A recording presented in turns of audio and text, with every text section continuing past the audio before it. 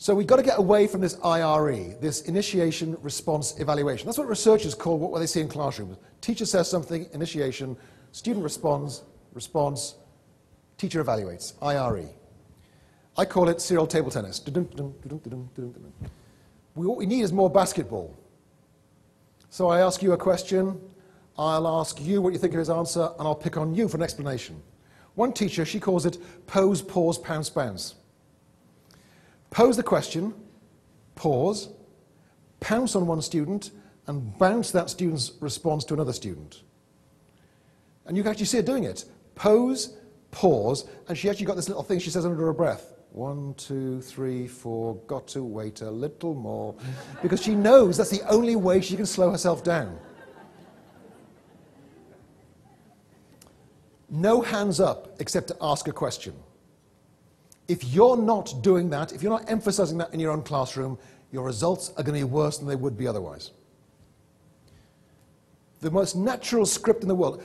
I get depressed by this. When I do a talk and they have a holding slide to show I'm an educationist, what do they show? They show a board, an adult at the front, and kids with their hands raised like this. And that looks like a good classroom because all the kids have raised their hands. It's completely maladaptive. Why? Because the research on intelligence shows that, yes, environment causes intelligence, but intelligence causes environment.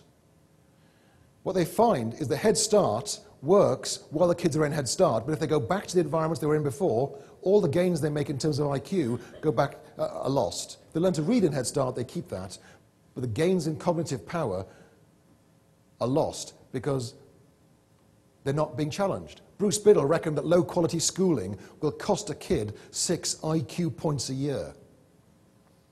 In England, we have found that a kid who is at the top 10% of cognitive development at age 22 months, coming from a working-class family, will be overtaken by a middle-class kid in the bottom 10% of cognitive development at 22 months by the age of 7.